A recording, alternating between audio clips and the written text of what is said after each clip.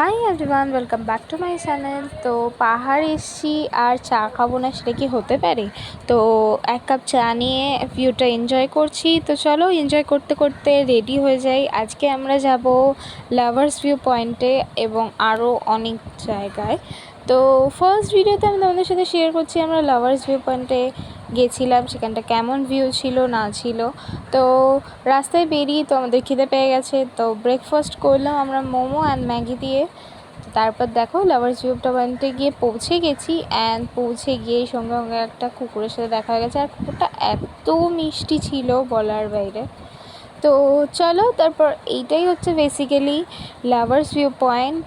এখানে এত সুন্দর লাগছিল না বলার বাইরে, মানে নদীটা ভেসে যাচ্ছিলো। তো আমাদের বললো ওখানে নাকি বোটিংও হয়, সেটা আমি জানি না, তোমরা যদি জেনে থাকো আমাকে কমেন্ট করো। তো চলো দেখা হচ্ছে তোমাদের সাথে নেক্সট ডেস্টিনেশনে। তো এখনের জন্য বাই বাই।